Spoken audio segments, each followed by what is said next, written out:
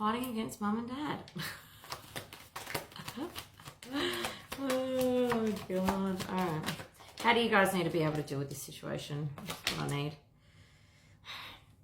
The thing is, especially if we are taking over something, or we're in the middle of taking over something that someone else has also poured their heart and soul into, there is a level of, what's the word I'm looking for here?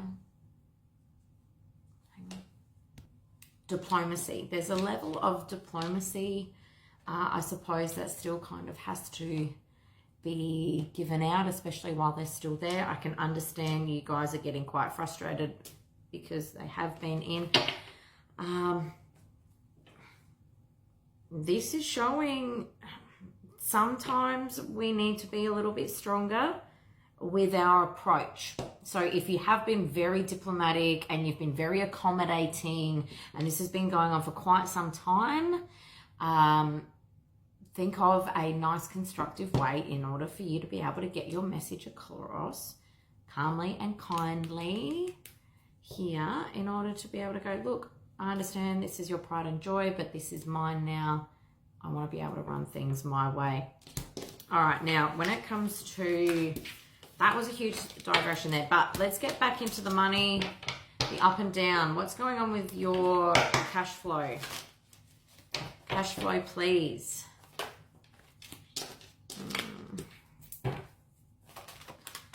I'm actually seeing that you guys aren't looking quite far ahead enough when it comes to evening out your cash flow. So some things around that, what you can be doing is actually set yourself up with a budget, a cash flow projection is what we like to call it in the finance industry, is cash flow projection, and budget out how much money you're going to be making every month, 11/11 as I said that, and what your expenses are going to be. Now, if you are a service-based business and you don't have, regular clients and things like that, that's where it comes into thinking laterally. How can you get clients that you can continually have in the future, so you can forecast budgets? So depending on what you do, there's a few different strategies that you can bring, but I'm hoping by explaining these sorts of things to you guys, it's getting you thinking, okay? So, what could I hold? Could there be an event that I could hold in, some of the quieter months as well? Do a little bit of homework, have a look at other people in your industry. Get in contact with some if you can, or at least have a look at market statistics and find out, what months typically do be quieter, and as I was saying at the start, December. So in readiness for December next year, what can you put in place to be able to improve your cash flow? Okay. It's very interesting, because I am pretty woo-woo. I mean, I'm a tarot reader talking about business. Very, very spiritual. So I do have, my idea on life is to be able to take things as they come, and, whatever happens. Go with the flow. What is meant for me won't pass me by. And I really do live my life like that. However, when it comes to business, you do have to have a bit of a plan. You do have to have a bit of a strategy. And so I've got things like that too. I've got a cash projection, forecast flow. I've got a strategic business plan. I know where I want to be able to take my business over the next couple of years. The part where it still stays spiritual is, well, this is what I've envisioned. This is what I'm manifesting, so to speak. If it happens, it happens. If it doesn't, that's okay, because I know that the universe has got something even better for me. So what are some things that you can do in order to be able to improve your cash flow in those quieter months? Okay, so you do end up as the King of Pentacles here. It is achievable. Getting some guidance as well, contacting an accountant, a coach, all those sorts of things. Booking for a free breakthrough consult with me. Becoming your own emperor here, okay? So having a little bit more structure to your business as well, that's always going to help. Absolutely. Scheduling in doesn't have to be rigid, because I love to go with the flow. But you do need to have a little bit of a schedule in place. Schedule in time for you to work on your business if that's something that you have an issue with. You know, the more that you kind of consciously dedicate time and you have it visibly in front of you, like a calendar. You should see my calendar. It's full of bloody colors and stuff like that. It's visual aid.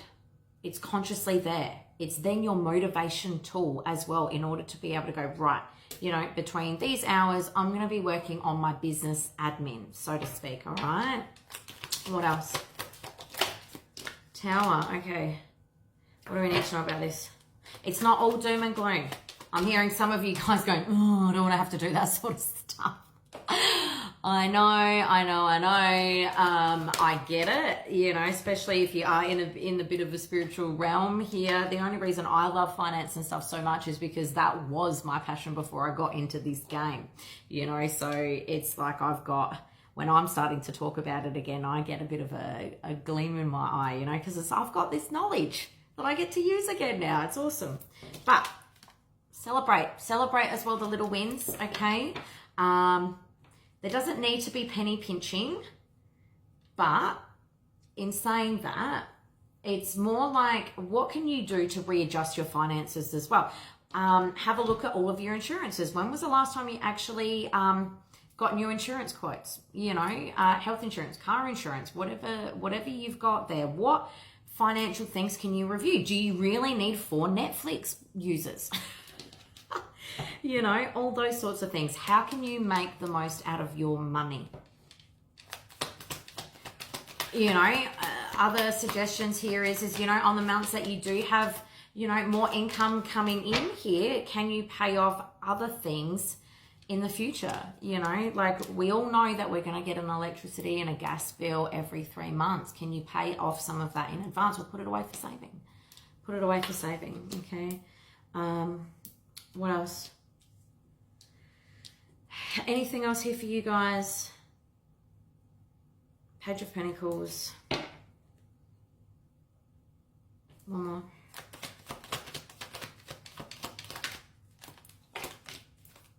Two of Swords.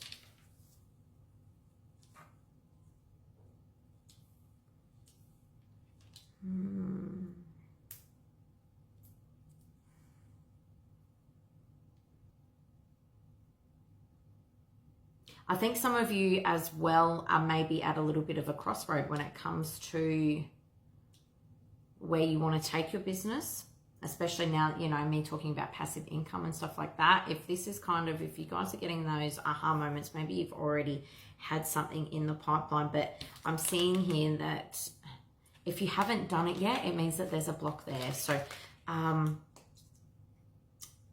my suggestion is to really have a look at what is blocking you, why it is blocking you from being able to take this step forward here in order to be able to increase your revenue.